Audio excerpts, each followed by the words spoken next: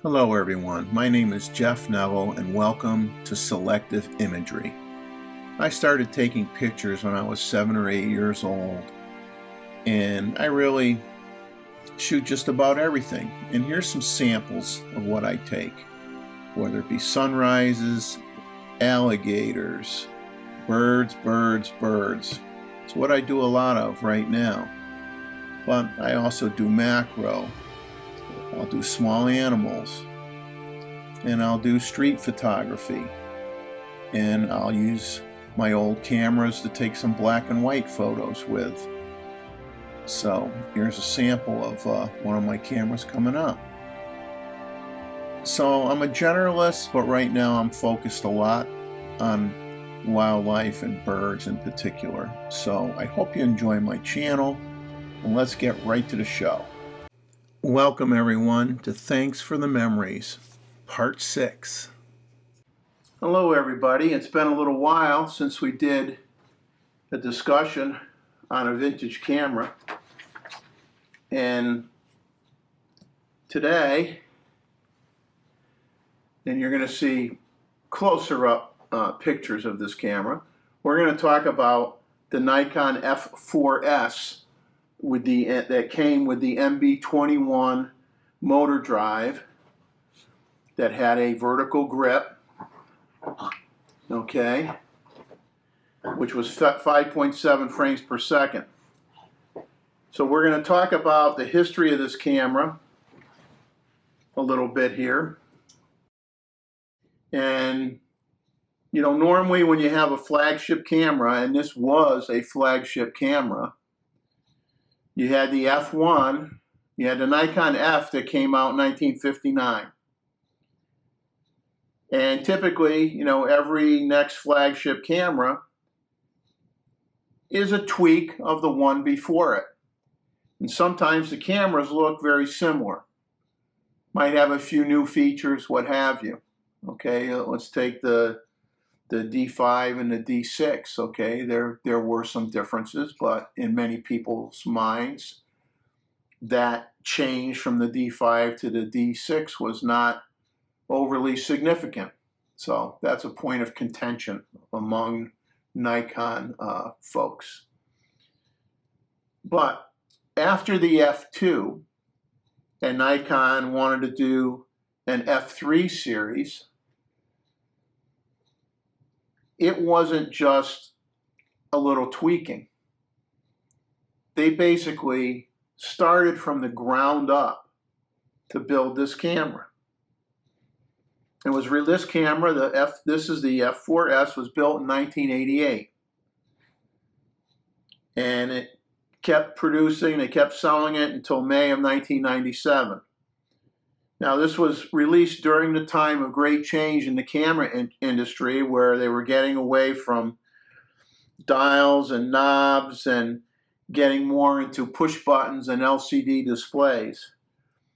If you look at an F5, it definitely kind of looks more like some of the, you know, later, even like, you know, the DA50, you know, I mean, the shape and just where they started placing some buttons and the grip, it evolved and it had more buttons on it than this F4. Now, this is a pro-level camera. This was not for the faint of heart. This wasn't a camera that would be somebody's first camera unless you basically like torturing yourself. It was priced at $2,500.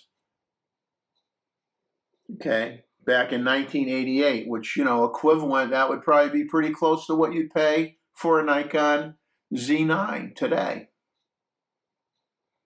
But you could customize it in so many ways. Okay, the standard configuration, you had an MB20 battery pack that took 4 AA batteries, did not give you a vertical grip. Now, that could shoot at 4 frames per second. This model with the MB-21 motor drive takes 6 AA batteries, 3 in the bottom and 3 in the grip. it can shoot up to 5.7 frames per second in continuous high mode. Then, and it also gave you the vertical release button when you hold it for portrait mode. First of its kind. Now, you could also get an F4E model, which had an MB-23 battery pack that still used 6 AA batteries, had a larger, bulkier vertical grip, but the thing is it could use a high capacity MN-20 battery pack, and but it did not increase your frame rate. It just had higher capacity battery. Now, this was considered the first practical professional camera with an autofocus system, but unlike its predecessor and the F5 that came afterwards, this could fully support all your manual focus lenses from 1959 to present day. To me, it's a very collectible camera because it was made during that transition period between fully mechanical SLRs and future electronic digital models. Now, its electronics are more impressive and futuristic than you think. It had 4, depending on who you read, it had 4 CPUs in it, best I can tell. Some articles will say, well, it had up to 7 CPUs, but I think the general consensus is it had 4 CPUs in it. It had 2 LCD displays, one on the top, one on the bottom. But the thing was with this camera is it had like a retro look that a lot of people like nowadays with Fuji cameras or the Nikon Digital ZFC. Okay? Every single thing that you want to do with this camera is done via a button or a switch, most of which are lockable. So that when you go and you toss this in the camera bag, you don't accidentally change a setting and not know about it. It was the, it had programmed exposure mode, which we'll get into a little bit later, and it had matrix metering. First generation, obviously that's something that got improved over time, but you still have matrix metering in the latest and greatest Nikon mirrorless cameras. You have no menu screen on the back, and like I said, everything controlled by switches and dials and buttons. It's great. It's great. Now, only the FA and the F6 had matrix metering at the time, and in order to have the matrix metering, you'd have to get this with the standard viewfinder prism, the DP-20, which is what is on this camera. And what's neat is when you go into the center-weighted mode, most center-weighted metering cameras, the ratio was 80-20. 80% of the metering would be based on what's in the center, and 20% was based outside of that. With this center-weighted metering, it was 60% weight towards the center and 40% everywhere else. It was the first F-series camera that doesn't have a rewind lever on it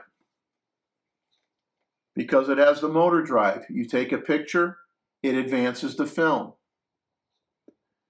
You want to rewind the film when you're done, depending on what switch you engage or not engage.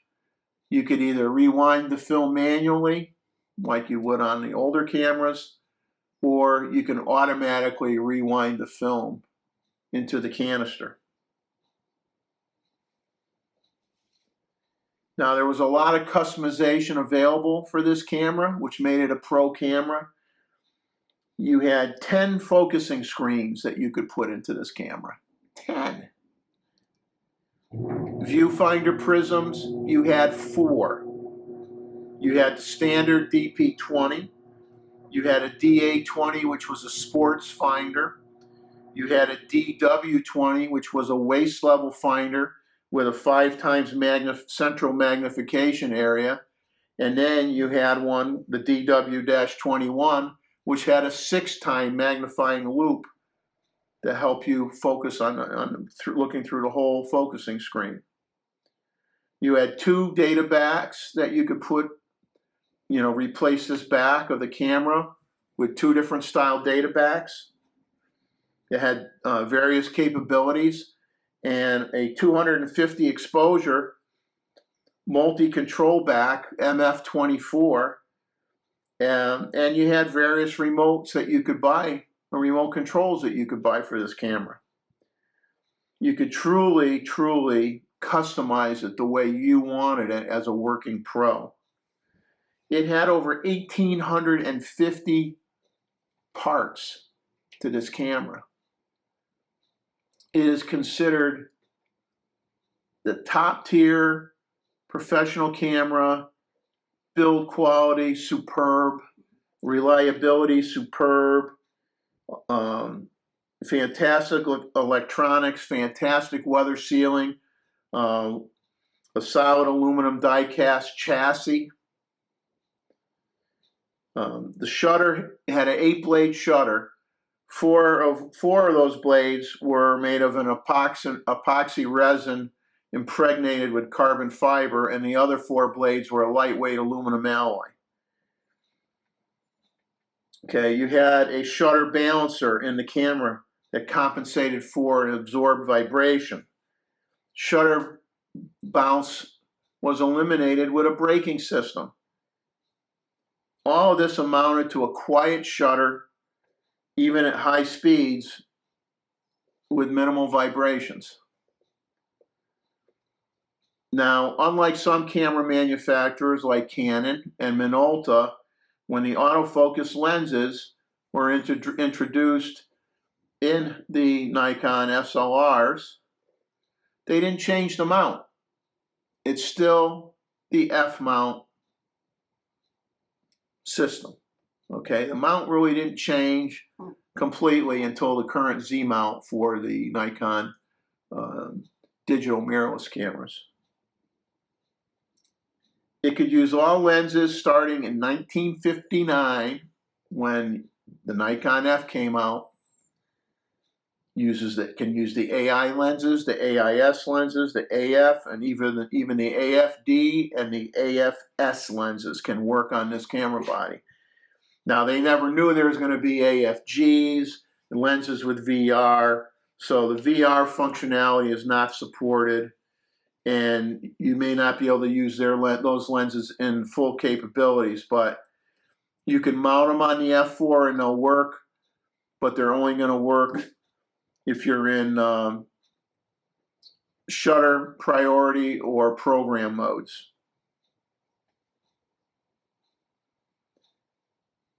And as I'll describe later, there's a special metering coupling pin that will allow you to use the lenses that came out in 1959.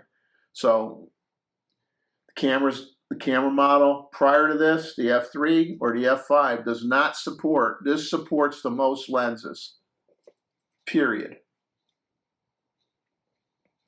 And that was very important to the Nikon faithful. They appreciated that to this day very much. And obviously, when these cameras came out, the autofocus was done by a motor that was in the body. Okay, it's like a screw drive. And there was no autofocus motors in the lenses. And that's also a point of contention where people want to have an adapter so that they can use these old lenses on the new Z cameras. But we have not yet seen one of those adapters yet. And that's it. Okay, we're going to talk about the specs of this camera, the F4S. And we're going to start with the front. So on the front of the camera, under the F4 designation, you're going to find a depth of field preview button, which is this silver button, and a mirror lock lever, which is right here. So you want to check your depth of field, you push in the button, stops the lens down, and you'll be able to see what your depth of field is. Where you'd use the mirror lockup feature is if, say, you're doing night photography. You're going to do long exposures. You want to make sure that you minimize the movement of the camera, anything that could cause vibration or shaking. So you want to lock the mirror up. So we're going to just take off the body cap here. And in order to lock it, you have to push in the depth of field button and engage the switch, and the mirror is now up. Then you just flip it the other way and the mirror goes back down again. Simple as that. Put the cover back on. Okay, now below you have two buttons. The top button is for your autofocus lock. Okay, so this is, you only have a little bracketed area in the center of your viewfinder, which is where your autofocus is. So if you want to focus on, say, a person, well, say you're going to focus on the person's face, okay? You put it in the center of the viewfinder, you push the shutter button halfway down, you're going to focus. Now at that point in time, you can leave the shutter halfway down, recompose the image as you want, push the shutter the rest of the way, you could take the picture. Or you push the button halfway down and you push in this autofocus lock button. Then you can recompose while you have that button depressed and you hit the shutter button. Now, lots of times you want to not just lock in your autofocus, you want to lock in your exposure as well. Well, there's an auto exposure lock button below. And a neat trick is you have a switch right here. If you engage this switch in the downward position, where you have a white and a red dot, which is probably going to be hard to see in the video here, you've now tied these two buttons together. So once you push your shutter down, you get your focus, you push in your autofocus lock, you're also locking in your auto exposure at the same time if you have this switch engaged. So we will now lift the switch up. Now on the opposite side of the lens, well, we don't have a lens on here, so we're going to pretend we have a lens here, but on the opposite side, you have the lens release button, which is also silver, chrome. And then you have an autofocus switch that changes from manual, switches right here, switches from manual to single servo. Okay, all the way up is manual, single servo, and continuous. And that's your autofocus modes. Okay, manual, single servo autofocus, and continuous servo autofocus. Now there's an indicator in the viewfinder when you look through. If you're in focus, you're going to see a little green dot that lights up to let you know you're in focus.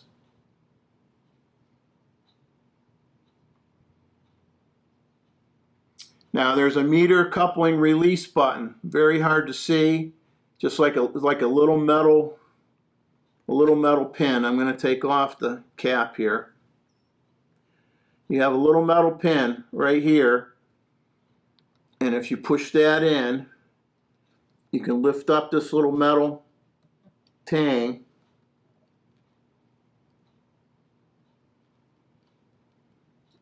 Yeah, I'm having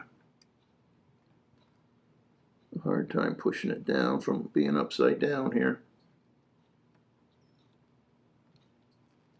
Okay, you push it in and you lift up that tang, and that'll allow you to use Nikkor lenses from 1959. Otherwise, you leave that tang in the downward position.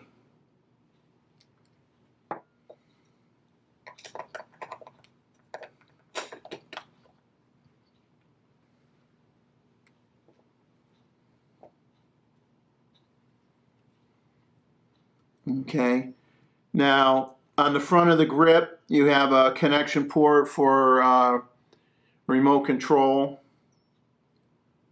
And up here at the top is your PC sync, your flash sync.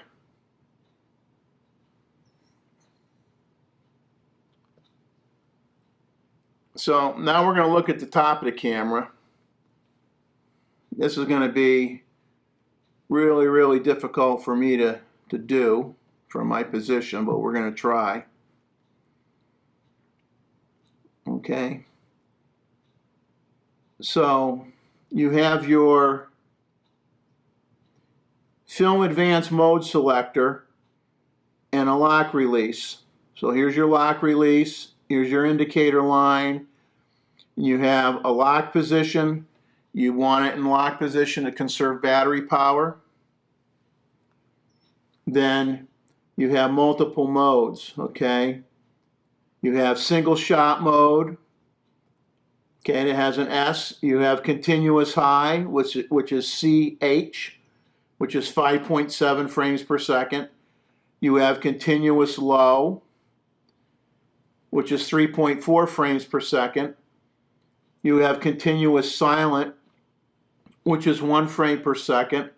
And then you have a self-timer mode, which is basically a 10-second delay. It's preset for that. You can't change it to another value.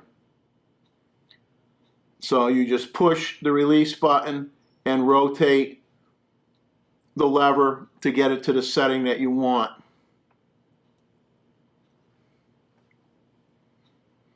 Now activating your autofocus is just like it is on a mirrorless camera today. Half press of the shutter release, okay, and you're going to activate your focus. As I said before, the camera only has a center autofocus area, therefore you need to acquire the focus. And as I said, press the AFL button to allow you to recompose prior to pressing the shutter button fully. If you're in single servo autofocus mode, the camera only fires if the subject is in focus, which is what we know today as focus priority. If the subject is not in focus, the camera will not fire and take the picture. And if you're not in focus, when you're looking through the viewfinder, you're going to see an X at the top right of the display, and direction arrows will illuminate to tell you which way to rotate the lens if you're in manual focus. If you're in continuous servo mode and you're in continuous low speed over here, which is your 3.4 frames per second,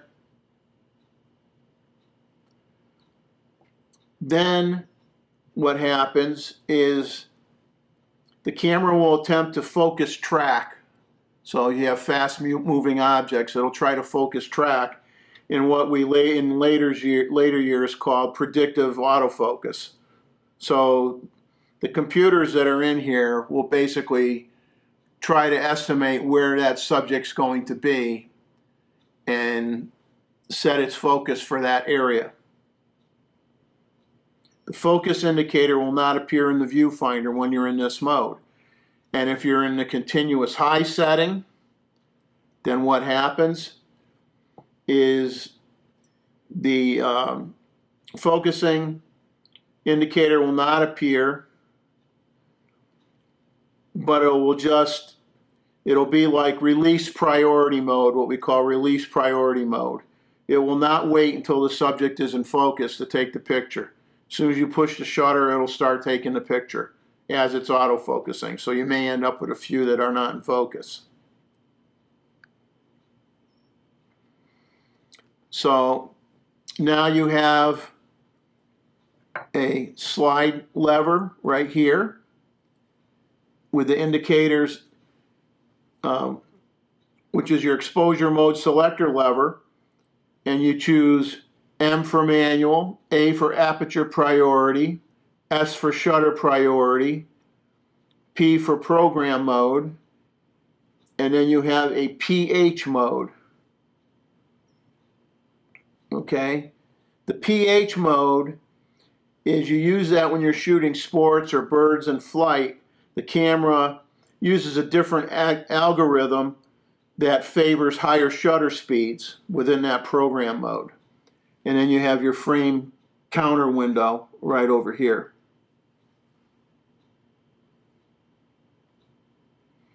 You have an exposure compensation dial with a lock. Here's the lock.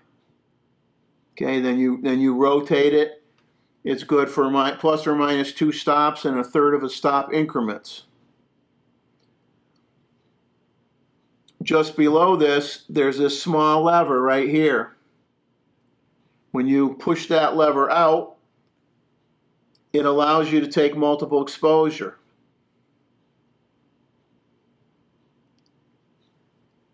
Okay, so you pull that out, you take a picture, it won't advance the film. When you push for the second photo, then that lever will pop back in its position.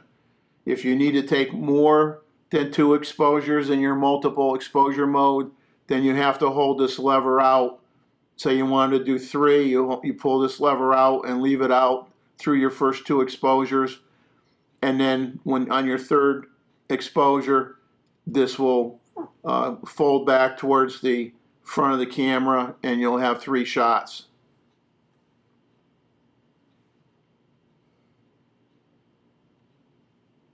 Okay, now you have what's called a rewind lever in the manual, and even here in print says R1.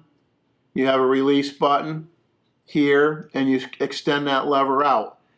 If you only engage that lever when you get to the end of your roll, it will allow you to lift up the rewind crank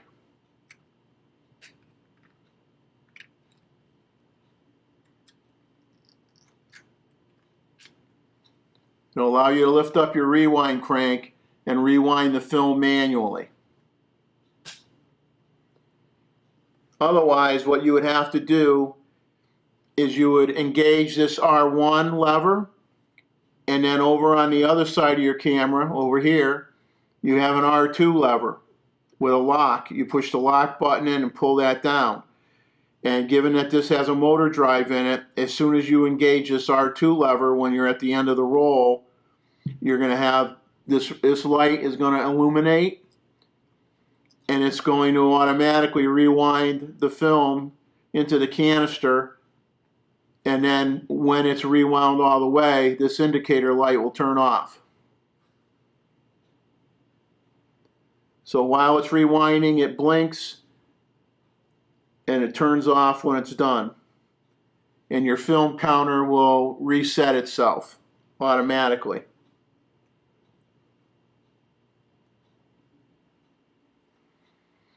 Okay, now you also have your shutter speed dial. You have a locking button, but it only locks when you're in X sync, which is your flash sync, and then it'll lock and it won't move. And then you have to push the button down to get out of that mode.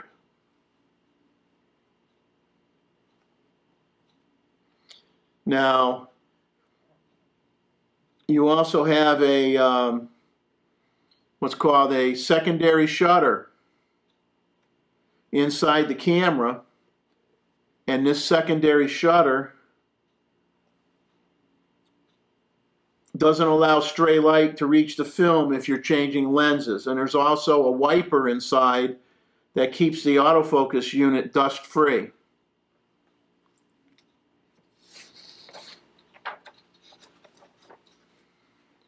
Now in front of the shutter speed dial, and I'm going to move the camera here. So in front of the shutter speed dial is a lever, and that's a viewfinder illumination switch, which is obviously used in poor lighting conditions. Now during the daylight, you see this little white opaque piece of plastic. That allows daylight to go in through the prism, and it back illuminates the LCD displays. You have one at the top and you have one at the bottom, but when you have poor light, you may have to turn this switch on and illuminate it.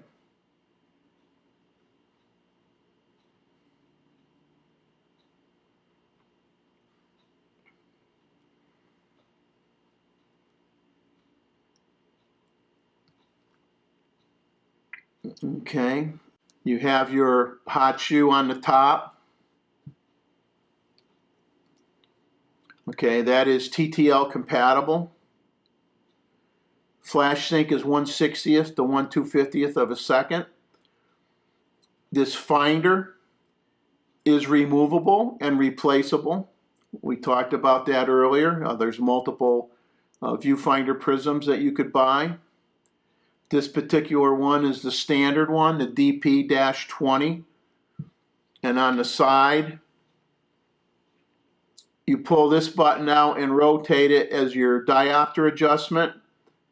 And then this switch here is your metering mode, which is either spot, matrix metering, or center weighted.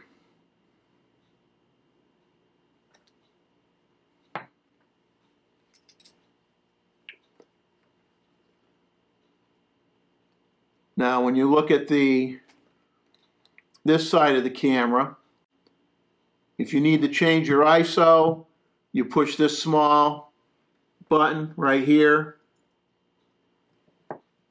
and you rotate the wheel. So you push the button with one finger and you rotate the wheel. If you rotate it all the way in one direction, you'll get to a DX mode in red letters, and that is if you're using DX coded film. It'll automatically read the film speed. DX coded film is for ISO 25 to 5000 range. If it's not DX coded film, you push this button and you rotate the knob and set the ISO manually. Okay, then when you push this release lever, this lever to the right, it allows you to lift up the rewind knob. You pull it up all the way and it opens up the back, and we'll do that in a second. One more thing I want to show you is called a viewfinder prism release lever, which is right here. If I flip that, you can see the red blades that closed. Hopefully you can tell that it's red. Now open it up. You use that, once again, long exposures. You don't want any moonlight or anything to shine through the back of the prism that may affect the film, the exposure. So you go and you shut that prism.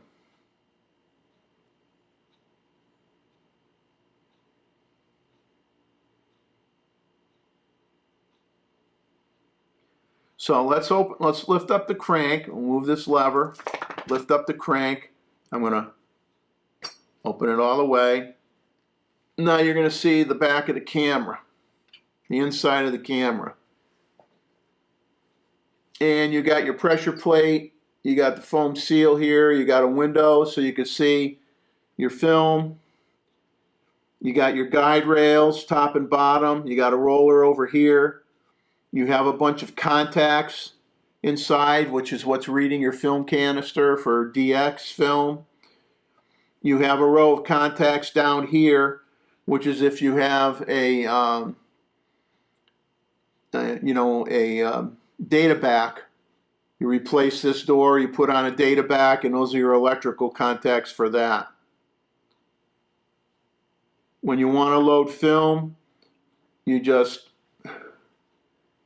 put in the canister, lock it down, pull your film across the guides, and the end of the leader has to be in line with this red square. It just lays in there, okay? Then you close the back of the camera. It will automatically advance the film so you're on shot number 1. And that's how that works.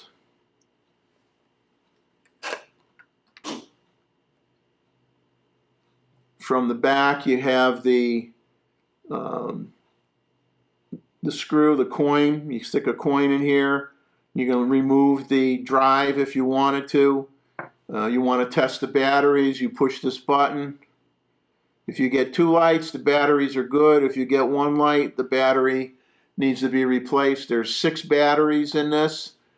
That'll be the last thing I show you. There's 3 batteries in the bottom portion, and there's 3 more batteries in the vertical grip section.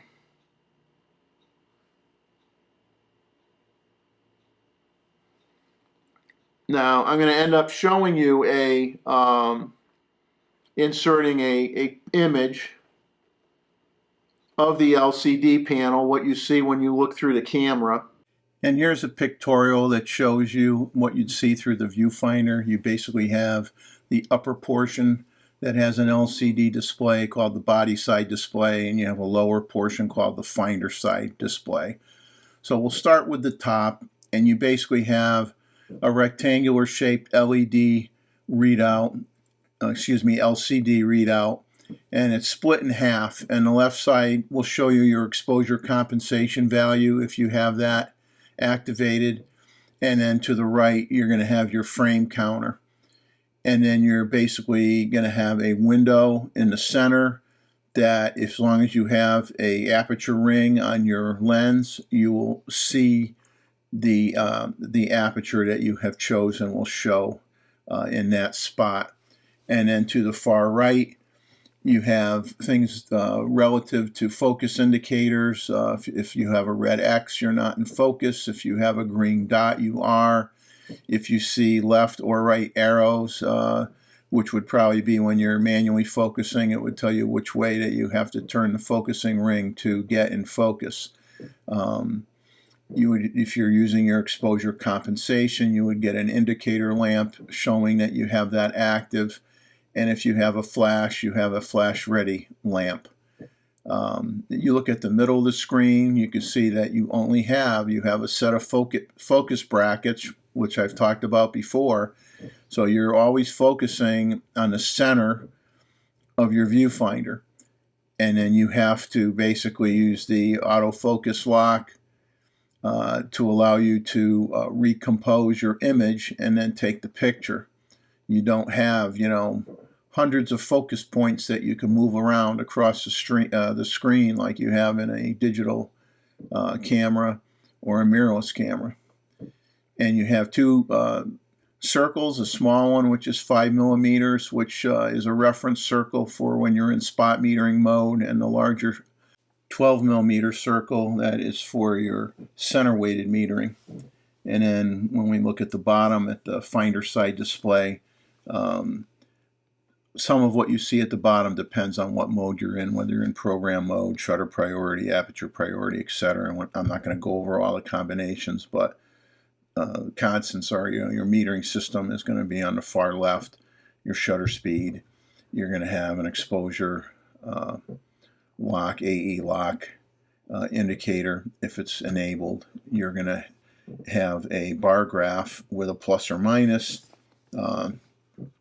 They call it an analog display when you're in manual mode. So as you adjust your aperture or your shutter speed, you basically move the indicator so it's in the center of that bar graph for your proper exposure, or you intentionally over or under exposure image as you desire.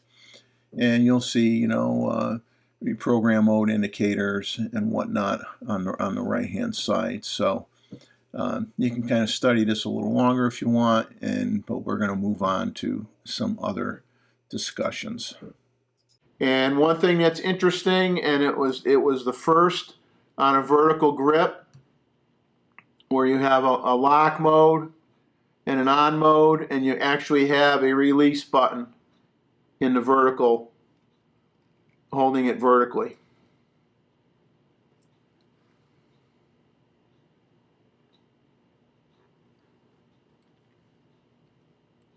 Now, I'm going to put a lens on this camera just so you can see what it would look like with a lens on it.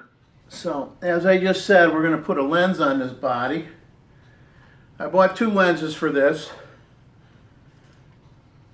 The one I'm going to put on is the infamous 135mm f2D lens, and it has defocus image control, which doesn't mean that it makes the image go out of focus. What it means is if your aperture is either f2, 2.8, 4, or 5.6, you could adjust and make the bokeh smoother if you're in any of those f-stop ranges.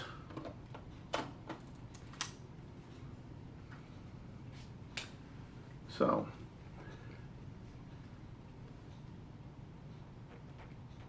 here we are. Geez, and you're going to hear the motor driver. This is single shot. Now we're going to put it in continuous high.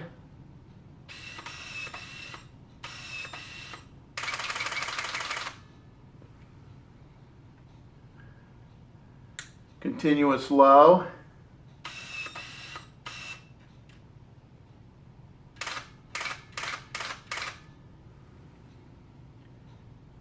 Continuous silent.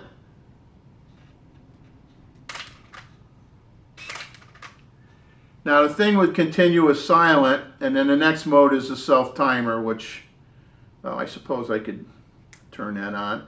When I turn that on, there's a little area here that should actually light up.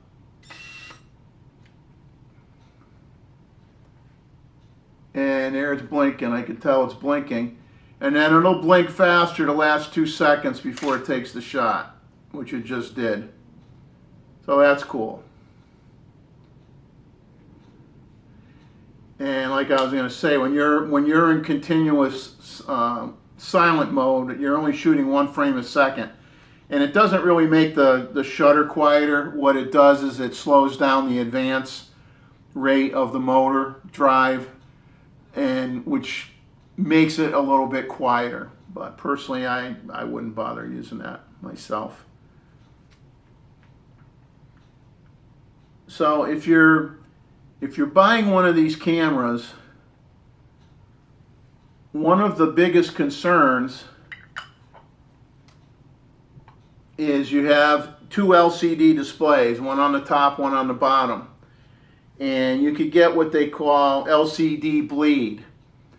And what that'll be is usually it'll start in the corner and it'll propagate over time, and it'll just be like just a dark area.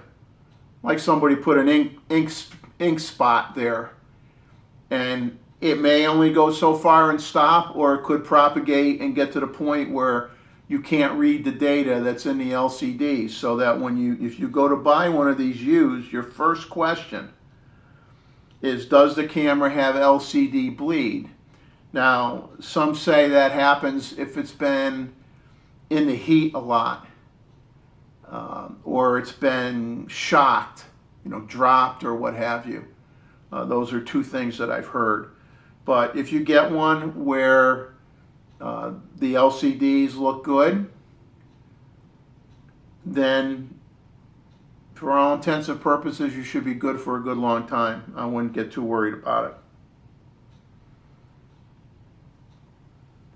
And, they'll say the autofocus isn't fast.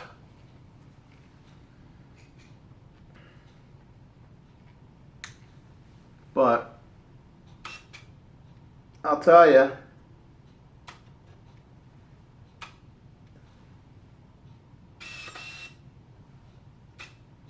it's pretty doggone fast. It's not, they go, oh, it's slow. I don't know. I mean, I got a Z9. I don't think it's slow at all.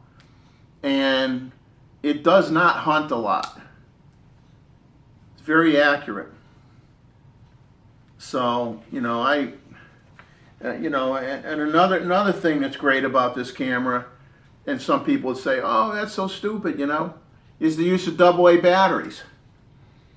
Okay, how many people take their digital camera, their mirrorless camera, they forget to bring their spare battery, their battery goes dead, their shoot's over, they're done for the day, or they got to drive home and get the other one, and depending on where you are, it may not be worthwhile driving home and then driving back to your location again. Basically, you've missed the shots. Okay? If you have double A's, this takes 6 of them. If you, let's say by accident, you didn't bring an extra 6 batteries with you. Well, the good news is you're going to probably find a drugstore or a supermarket that isn't too far away where you can go buy 6 more batteries and put them in this camera. Okay, to change the batteries, okay, you have to lift this key, turn it one direction, and the vertical part of the grip comes out. Here's the 3 batteries. The other 3 batteries are housed in the bottom. And this piece pulls out like this, and there's your 3 batteries. It is a pain, and I'm not going to try to do it on camera. It is a pain to get the vertical grip back on. That's probably the only negative. Now we'll go over just a few more bits of information. The exposure value range is EV -1 to +18 at ISO 100. It uses a TTL phase detect autofocus system. It's the first electronically controlled vertical travel focal plane shutter that's capable of 30 seconds to 1/8,000th of a second. Okay, the F3 only went up to 1/2000th of a second. So this goes to 1/8,000th of a second, plus bulb mode and time exposures. The viewfinder is 0.70 times magnification with a 50mm lens set at infinity and 100% frame coverage. And it's a nice bright viewfinder. The standard viewfinder is the brightest. One thing I forgot to discuss is there's this little window on the side of the prism for exposure compensation, and what that is, that exposure compensation, it's a value that gets adjusted depending on your focusing screens. You may have to, there's an adjustment if you take this off, and depending on what focusing screen you put in, they'll be in the instructions, and it may say make an adjustment until that reads, whatever, -0.5 or +0.5 or what have you. So if the manual doesn't tell you anything, with the standard focusing screen and the DP-20 prism, viewfinder prism, you don't have to do anything. And there is one more switch to talk to you about. This little switch right up here. You have to push it towards the body.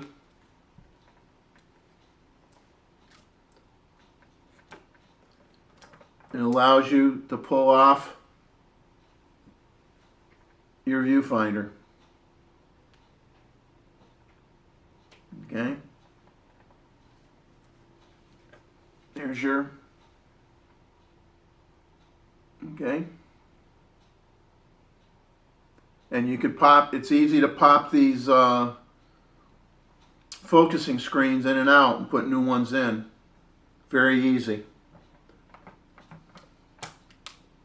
You slide it all the way in, it clicks, you're good. Now the camera weighs, with the grip on it, which you're going to put on it, there's no reason why you wouldn't use it, is 2.82 pounds. That does not include the battery weight. And that was really the only complaint that people had, other than it's a little hard to get the vertical grip portion put back on with the batteries in it,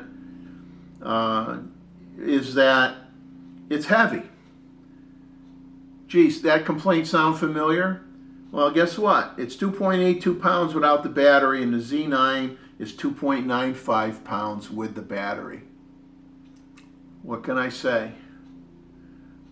Professional camera. It's beefy. It's solid. The controls are where they need to be. Everything, your hand just falls on it the way you want it to fall on it.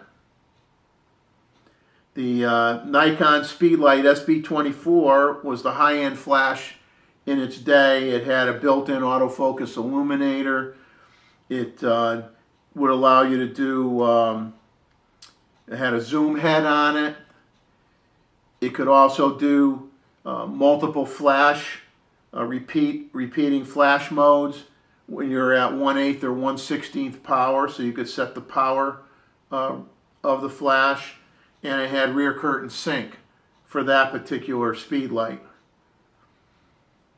Now, if the camera was using the MF23-23 or the 250 exposure multi-control back, which is called the MF-24, you could do exposure bracketing with that, and you could shoot up to 19 continuous frames with different exposures on each frame. Pretty impressive. This camera did not have a built-in intervalometer, but it was an accessory that you could buy. And the rating on a set of batteries on a camera like this was, if you had a 36 exposure roll, you could advance and rewind 90 rolls of film. So it's not like you're changing the batteries a lot. And other than the LCD displays on the inside of the viewfinder to give you some information, you have no other LCDs. You don't have any LCD menus like on a modern digital camera. So it really doesn't use a lot of batteries. And I don't know if I mentioned it before, there is a switch. It'll be very hard for you to see. There's a small switch in here that you switch whether you're using off-the-shelf AA's or whether you're using rechargeable batteries. Now, the rechargeable batteries are only rated to do 70 rolls of film, but they are much better to use if you're in a very cold environment, and they recommend you use the rechargeable batteries rather than the off-the-shelf ones. And you know, the camera got a lot of awards. International Camera 1989, Maker Award, Czechoslovakia, Camera Grand Prix in '89, which was a Japanese award, European Camera of the Year in '89. So you had good design product, fiscal year 1989 out of Japan, Australia Camera of the Year. So it won a lot of awards, and for good reason. It's an exceptional camera. I think it's just plain sexy to look at, and it's very reminiscent of the body shape of future Nikons that would come after this. So that's about it. I hope you enjoyed this video. As I say, enjoy life, capture some of it. Don't be afraid to dig out your old cameras and use them. They're a lot of fun. You know, Not necessarily for daily use, obviously, but when you're shooting film, you put yourself in a different environment. You're very particular about what you're going to take a picture of. You take your time. You tend to think it out more thoroughly before you just push that shutter button like you would for a mirrorless camera. So enjoy it and take care until next time. Have a good one. Hey, I just wanted to do a shout out. I forgot to mention the brilliant design of this camera was from Giorgetto Giuzzaro, and he basically laid the groundwork for future Nikon camera designs, and he did a phenomenal job with this camera. And his rule of thumb was form follows function, and you can tell by the placement of the controls and how this camera is laid out. This guy was simply a genius. He did Lamborghini designs. He did a lot of other types of designs, and so I tip my hat to him, and did a phenomenal job. And that's it. Just didn't want to forget about that guy. Take care.